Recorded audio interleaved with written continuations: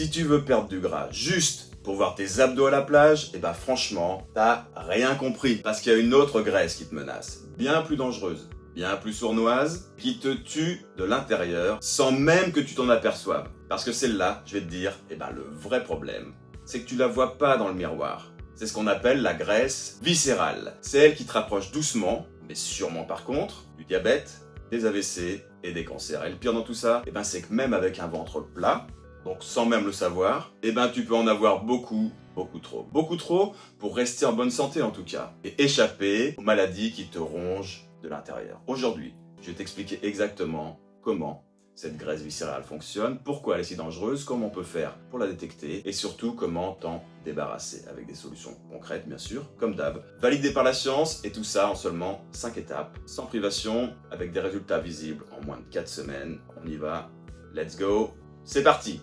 Pour commencer, laisse-moi me présenter, je m'appelle Romaric et j'ai déjà aidé plus de 2600 personnes à se développer physiquement et mentalement, à perdre leur gras en trop et à prendre du muscle, tout en se débarrassant de leurs mauvaises habitudes et aussi des addictions qui les tiraient vers le bas. Alors abonne-toi pour pas louper ma prochaine vidéo qui devrait tourner autour du sport, de la nutrition et du mindset probablement. Mais trêve de formalité si vous le voulez bien, on va rentrer dans le vif du sujet. C'est quoi la graisse viscérale? Alors déjà, il faut bien comprendre une chose. Il y a 2 types de graisse principales dans ton corps. La graisse sous-cutanée, donc sous la peau, c'est celle que tu peux pincer sur ton ventre par exemple, et la graisse viscérale. Elle est planquée à l'intérieur autour des organes. Donc c'est le foie, autour du pancréas et les intestins. Tu la vois pas, mais elle peut chambouler de fou tout ton système hormonal. Son nom scientifique, c'est la VAT.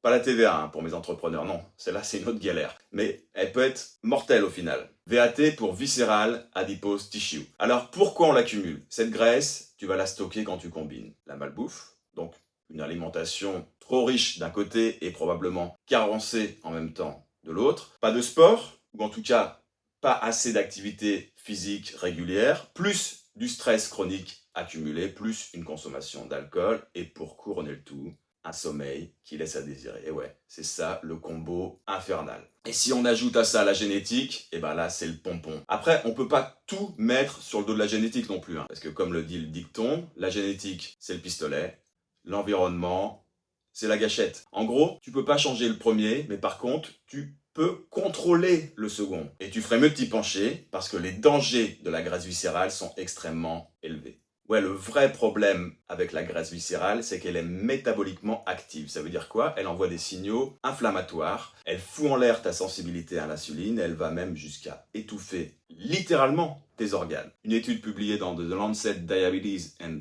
Endocrinology en 2013 montre qu'un taux élevé de graisse viscérale est associé à un risque 3 fois plus élevé de mortalité cardiovasculaire. C'est pas rien, si on peut s'en passer, ce serait pas mal. Et une autre revue dans Nature Endocrinologie confirme son lien direct avec le diabète de type 2, les AVC, certains cancers et la stéatose hépatique qui, en fait, c'est une lésion du foie due à un excès de graisse. Alors comment faire pour savoir si tu en es victime ou porteur ou créateur de cette graisse viscérale? Pour la mesurer, le top, c'est le scanner type DEXA-scan, un IRM ou un CT scan. Mais je suppose que tout comme moi, t'as pas ça qui traîne à la maison, donc je vais te proposer 3 tests fiables que tu peux faire chez toi.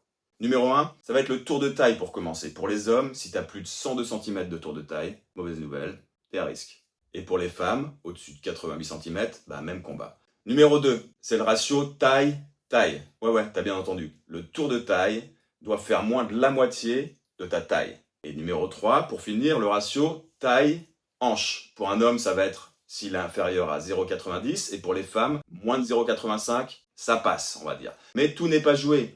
Même si tu es actuellement en phase critique, c'est tout à fait possible de corriger tout ça et on peut déjà avoir des résultats plus qu'encourageants en moins d'un mois. Par contre, va falloir se bouger les gars. Il y a un protocole en 5 étapes qui va te permettre de virer ta graisse viscérale.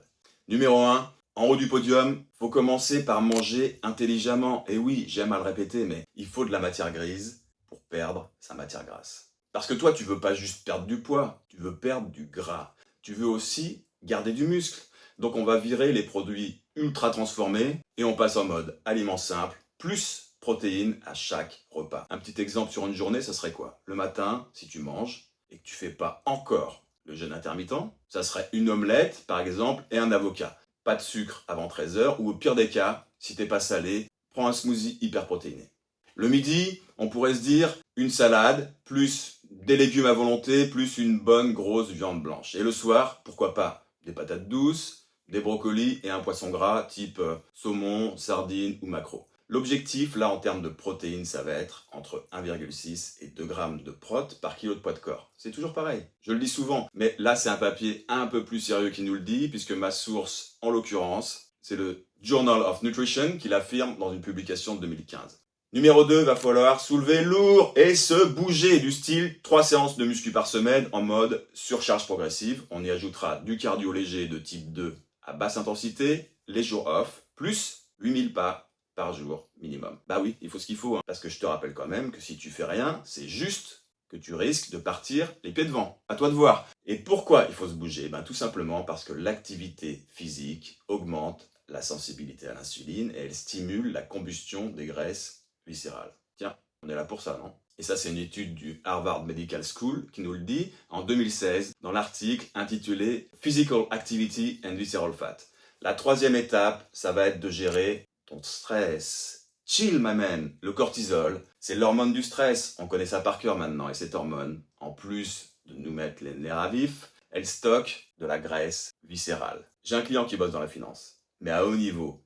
Il fait vraiment des gros sous, on va dire, mais il est stressé non-stop par contre. Même la nuit, il regarde ses graphes de trading, les courbes, les prévisions, bref, le résultat. Et bien le soir, il se lâche complètement sur la nourriture. Mais en roue libre, hein, on peut plus l'arrêter. La parade qu'on a trouvée, c'est quoi?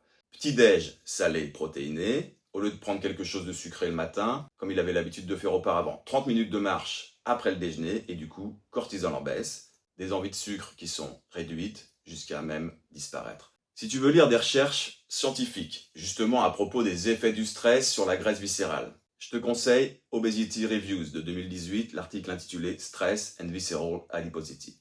Et de 4, ça va être de réduire, voire d'arrêter l'alcool. Oui, on peut arrêter l'alcool. C'est quoi le problème? L'alcool, c'est des calories vides. Ça sert à rien physiologiquement. C'est du sucre liquide plus un booster de cortisol. Double peine, quoi. Ça ralentit complètement la combustion des graisses parce que ton corps doit le traiter en priorité. Donc, 1 à 2 verres le week-end, grand max. Et idéalement, pause complète pendant 4 semaines. Tu veux l'épreuve? C'est l'étude intitulée Alcohol Consumption et Visceral Fat Accumulation dans JAMA Internal Medicine de 2015 qui nous fait le portrait désastreux de la consommation d'alcool sur la santé.